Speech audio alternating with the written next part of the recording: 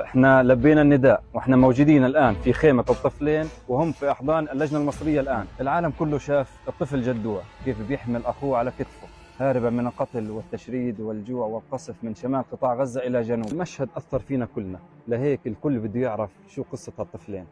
وقعدت ادور على اولادي، لقيت ابني حامل اخوه ورايح فيه على طريق الجنوب.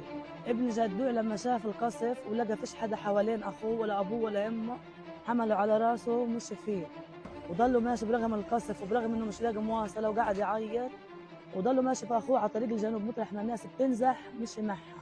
نشكر سياده الرئيس عبد الفتاح السيسي انه اهتمامه لاولادي ولعائلتنا، انه بده ياخذنا على خيمه، اذا بيقدر يساعدنا ويطلعنا انا واولادي وجوزي برضه يخلف عليه على كل شيء عملوا معنا. الآن وصلنا مخيم اللجنة المصرية 4 وأصبح الطفلين بأمان.